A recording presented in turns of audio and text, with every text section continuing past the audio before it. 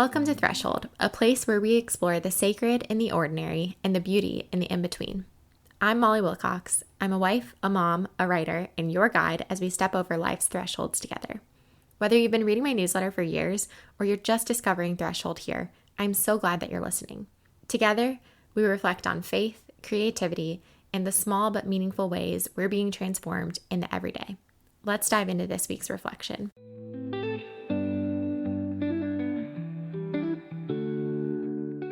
I drove the same Honda for over a decade. It carried me through high school, college, my first job, my wedding day.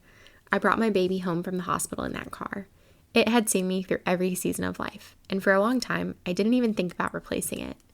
It wasn't that I loved the car itself. The AC barely worked, the Bluetooth was unreliable, the dents and scratches told a whole story of their own.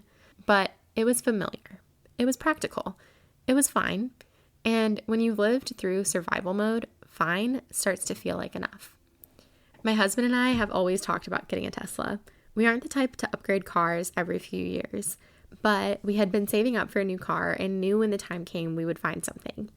I assumed we'd go for something practical, sensible, and similar to my Honda. We had both always loved Teslas and decided to test drive one just for fun when we were searching for a new car. Of course, we both loved the car. It was different than anything else we had tried. Still, when it came time to actually buy one, I hesitated. Because the truth is, trauma changes how you see life. Why was it so hard to say yes to something good? After my son was born, my brain rewired itself in ways I never expected. I became hyper-aware of danger, cautious about spending money, hesitant to make big decisions. Trauma made my world feel small. Every choice was filtered through the question, what if something goes wrong? For a long time, I felt like I was still bracing for impact, even when life was stable again. It took time to unlearn that, to realize that healing wasn't just about moving past pain. It was about learning to welcome joy again. So when we finally bought the Tesla, it wasn't just about getting a new car. It was about believing that I didn't have to hold on to the old version of myself just because it was familiar.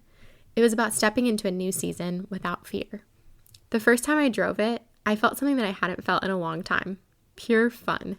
It wasn't just a practical purchase. It was something that made me excited, that made me feel like life was expansive again instead of small and careful. And it made me realize something. Healing doesn't just mean you stop hurting. It means you start living again. Biblical restoration goes beyond physical or emotional healing. It's about making things whole again. When Jesus healed people, he didn't just take away their pain. He restored them to fullness, to community, to purpose. The leper wasn't just cleansed. He was welcomed back into society. The woman with the issue of bleeding wasn't just physically healed. She was called daughter and given back her identity. God's restoration doesn't just patch up what's broken. It transforms, redeems, and renews. It's not about returning to who we were before suffering, but about stepping into something even better. Life abundant, grounded in his love and goodness. For so long, I held on to things that felt safe because I was afraid to take up more space, to want more, to choose something simply because it made me happy and excited. But God was never asking me to stay in survival mode forever. Healing isn't about shrinking back. It's about stepping forward, trusting that there is still joy ahead.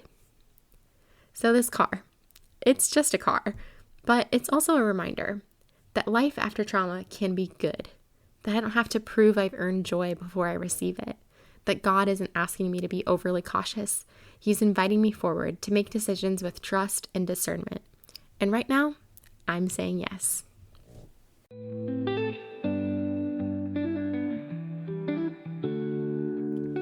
Thanks for spending time with me today on Threshold.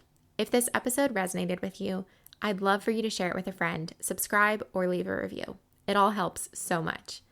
And if you're not already part of the community, you can join the conversation by subscribing to my weekly newsletter on Substack, Threshold by mollywilcox.substack.com. Until next time, let's keep finding beauty in the in-between.